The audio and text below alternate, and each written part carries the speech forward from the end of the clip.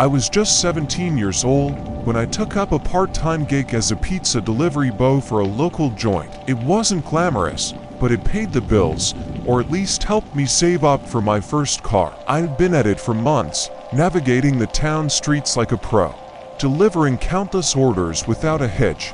My trusty old Toyota, while far from flashy, got the job done, especially during those late-night shifts. One particular Friday or Saturday night, I found myself working the closing shift, which stretched until midnight. The place stayed open later on weekends, and I had a feeling this shift was going to be different. You see, I had an order for a single pizza pie, and it was heading to a woman named Karen. Oddly enough, this delivery was a bit out of the ordinary, a 15-minute drive away from the shop. Most orders or a mere 5-minute drive on average, but I figured the longer trip might mean a better tip. With the pizza safely stowed in my car, I set off on my journey, my trusty playlist keeping me company. The address led me to a small house in what seemed to be a low-income neighborhood. The lights were on in one of the rooms on the first floor, so I assumed I had the right place. I approached the front door when suddenly, a woman's voice from the neighboring house called out, "Excuse me, that pizza is for us." We gave the wrong address. I walked over to the neighboring house, where I noticed their doorbell was broken, so I opened the storm door and gave the main door a firm knock.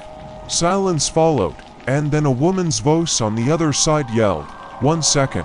It felt like an eternity before the door finally swung open, revealing a woman in her mid-40s who immediately gave me a flirtatious once-over.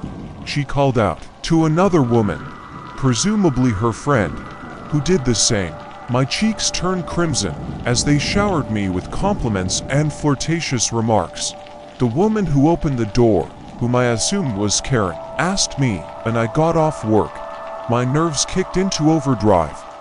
I was never good at flirting, especially with older women. I stammered, "This is probably my last delivery," hoping to avoid further embarrassment, but they persisted, inviting me in for some wine.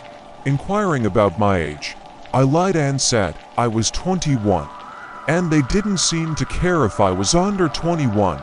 It all felt too good to be true. I had never experienced anything like this before. They ushered me to the couch, both sitting on either side of me, their flirtatious banter continuing. I sipped on the wine, pretending to enjoy it, even though I rarely touched the stuff at that age. The woman named Chelsea started hinting at something in the basement, making it sound mysterious and exciting. I was intrigued, imagining all sorts of possibilities, but little did I know, reality was about to take a dark turn. As I approached the doorway to the basement, I couldn't help but feel a sense of unease.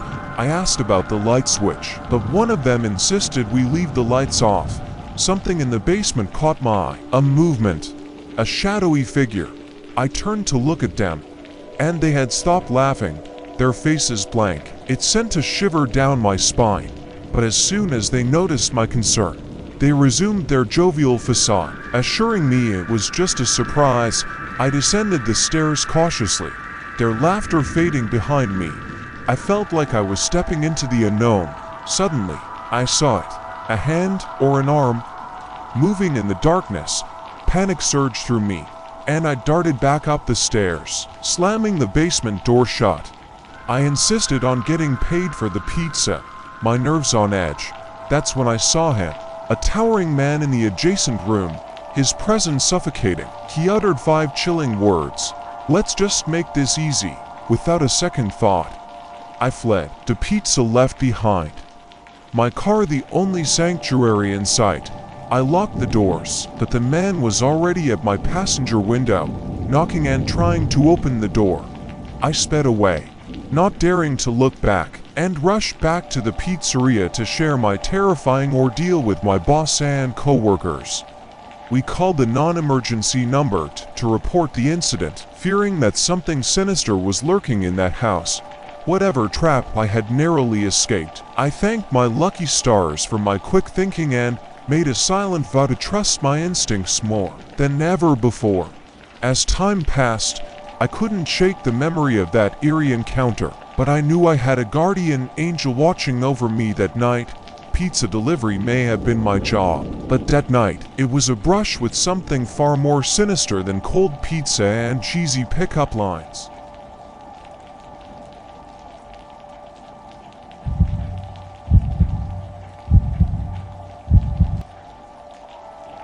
When I was 19, I still found myself working at the local pizza place, delivering pies to make ends meet.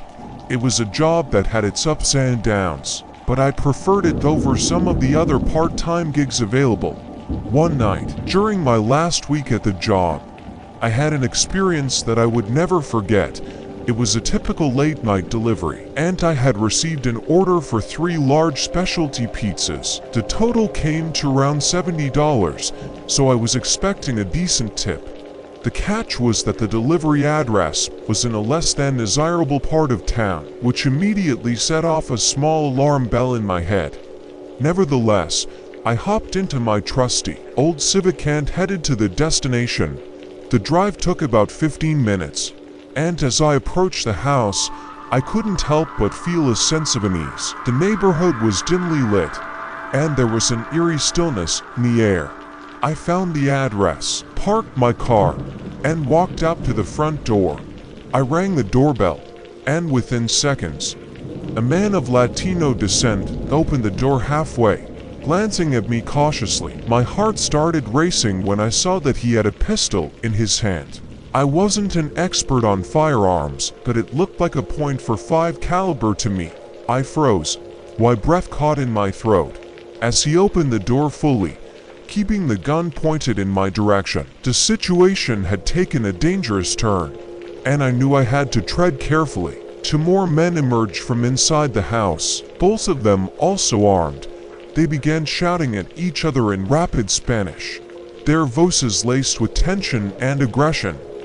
Meanwhile, the first man continued to point the gun at me, his eyes locked onto mine. It was a moment that felt like an eternity, as my mind raced to figure out how to get out of this terrifying predicament.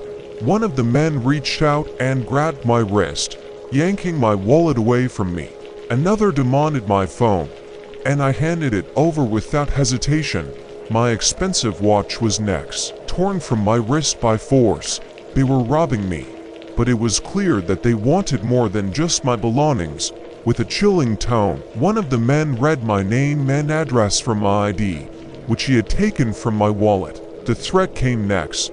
They warned me not to report this to anyone, emphasizing that they knew where I lived. The implication was clear. If I breathed a word about this encounter, my family would be in grave danger. With my heart pounding and my knees trembling, I nodded in agreement. They pushed me out of the house, and I fell onto the steps, scraping my hands and knees as I landed. The door slammed shut behind me, and all that remained was the echo of their threats. I had never felt so vulnerable and helpless in my life as I staggered back to my car. My mind raced with fear and confusion. I couldn't believe what had just happened. I didn't return to the pizzeria that night. I was too shaken, too traumatized by the encounter. My parents, noticing my distress, prodded me for answers. When Ashley confessed to the horrifying ordeal, my father, who had connections within the police department, sprang into action. He reached out to one of his close friends in the force, and they promptly conducted a background check on the man who had robbed me. His name was Rodrigo, and to our shock, he had a history of prior felony convictions. Despite the threats they had made, my father's police connections weren't about to let this slide. A squad of police cars surrounded Rodrigo's house, officers with their guns drawn ready to take action. They stormed the house, and although I wasn't there to witness it, I heard the details through my father's contacts. 2 of the 3 men were still inside, and they were swiftly arrested and charged with their crimes. Rodrigo, the man with prior convictions, received a life sentence, while his accomplice with a prior conviction was sentenced to 5 years in prison. The third man, the one who had managed to evade capture, remained at large, and to this day, I wonder if he's still out there. In the aftermath, strange occurrences kept me awake at night. I would hear footsteps outside my window, especially when the night was still and the windows were open. The sound of the gate swinging open and closed sent shivers down my spine. Perhaps it was just my imagination, or maybe I was being paranoid. But I couldn't shake the feeling that the third man was still out there, lurking in the shadows. Time has passed, and I've moved on from that traumatic event, but the memory of that night still haunts me. It serves as a constant reminder of the darkness that can lurk beneath the surface. Even in the most ordinary of situations, pizza delivery might have been my job, but that night, it was a harrowing encounter that I would carry with me for the rest of my life.